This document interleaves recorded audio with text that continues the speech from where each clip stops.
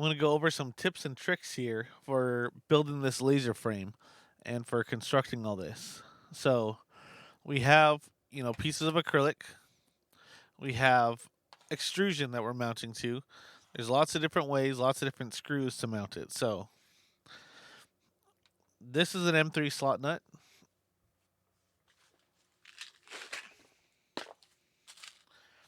This is an M3 slot nut. Whoops. Okay.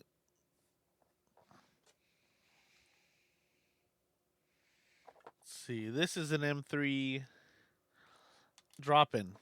Okay. That looks like an M4 actually. There we go. There's an M3. M3 drop in. Okay, so the M3 slide in here can slide into this rail, right? And then you can mount things to it. Same thing with this one here. It's a little easier to deal with the slide ins, right? It's a little easier to capture them. When you get to the drop ins, you sort of have to have a finesse to it to get them to spin, okay? So I'm going to take this screw here and put it in here. Okay, so now I got the screw in here. I'll change the focus out a little bit. Okay. And now I want this to go in the slot, right? Well, I can drop it in now, right? It just goes right to the side, but it doesn't always turn, right? You see how it's kind of being stubborn about turning? But if I get it just right, maybe. Oh, started to turn. Okay, anyways, so to deal with this, I found a cool way to do this. So I take the threads here and I take my nippers and about 2 threads down, I just squeeze it, right? Just a little bit, but then I bend this down. So what I did is I distorted the threads. Let's see if I can.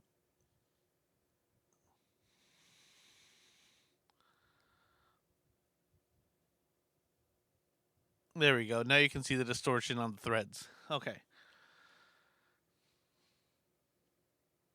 So now, as I put this back on, all it has to do is catch that distortion, and then it's going to sort of force it to turn on me. So I'm putting it in, right? And I'm screwing it, and there it is. Now it's twisted in there the way it should be. Can also untwist out a lot easier too. So now that it hit that distortion, and it still screws further, if I pull out my tool,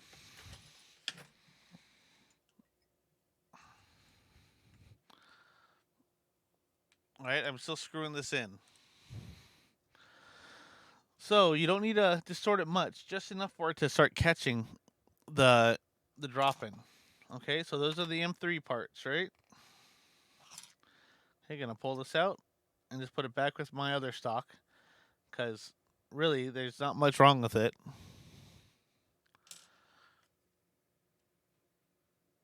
Okay, so those are the M3s. M5 is the same thing here. So here's an M5, right?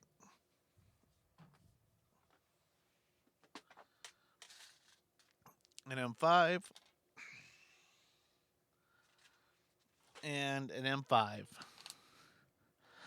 Okay, all these will work. All these will work to mount stuff to. So I can throw this in there and then start screwing my screw in, right? Same idea. Okay.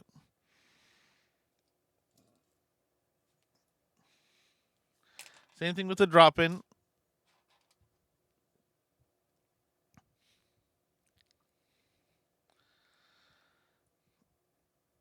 There we go. It's going to be stubborn about twisting, right? But if I were to notch it, it would actually twist for me, twist well. But I'm not going to do that right now. Okay, so drop ins versus slide ins. That's about it here. I can also do a slide in with this guy. Okay. It's going to be the same idea here. Okay, so when you're mounting acrylic, if I were just to do the screw through the acrylic, chances are I'm going to crack the acrylic, right? It's kind of brittle. Like it's pretty strong, but it can be brittle, especially if you're screwing to it. So I like to use a washer everywhere. It helps with spreading out the load. It also helps with not twisting this. So as I were to torque the screw down, it could also twist the bracket as I'm doing it, especially on the angle bracket pieces. These angle brackets, as you're tightening it down, if you don't use a washer, it'll sort of twist the bracket as you're tightening, which you don't want to do. Okay, so for a lot of the brackets on this build, we're going to do something called preloading, where we'll put the screw in, so screw, washer, and then acrylic, right? And then we put the washer on, or the slot nut on. Okay, now it's pretty loose here, right? Loose enough to sort of wobble. That's good. That means that we can slide it onto our extrusion.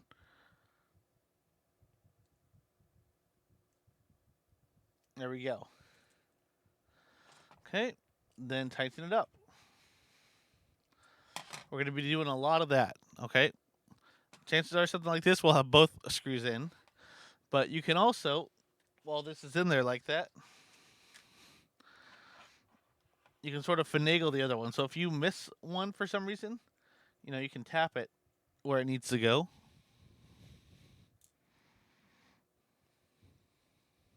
Oops. There we go.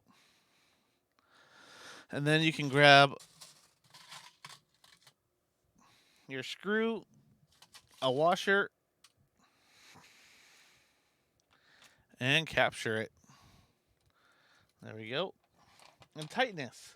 So we don't want to be so tight that we crack this stuff, right?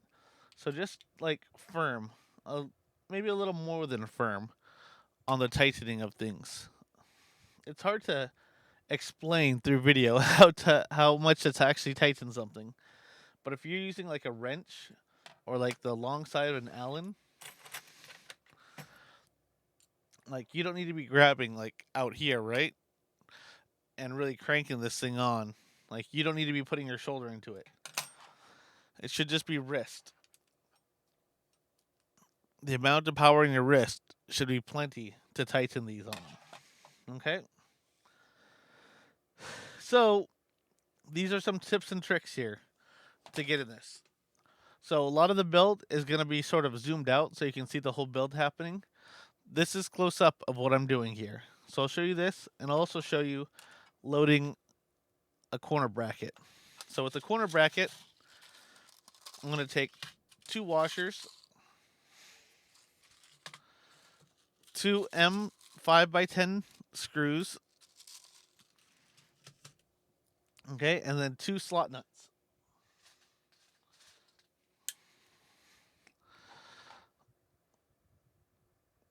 Okay.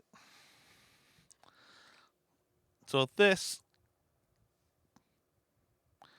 I've got my slot nut here. Maybe I'll zoom or focus out a little bit. Sure. Okay, got my slot nut here. Then I put my bracket through. Then I grab a slot nut. And there it is. And one more time.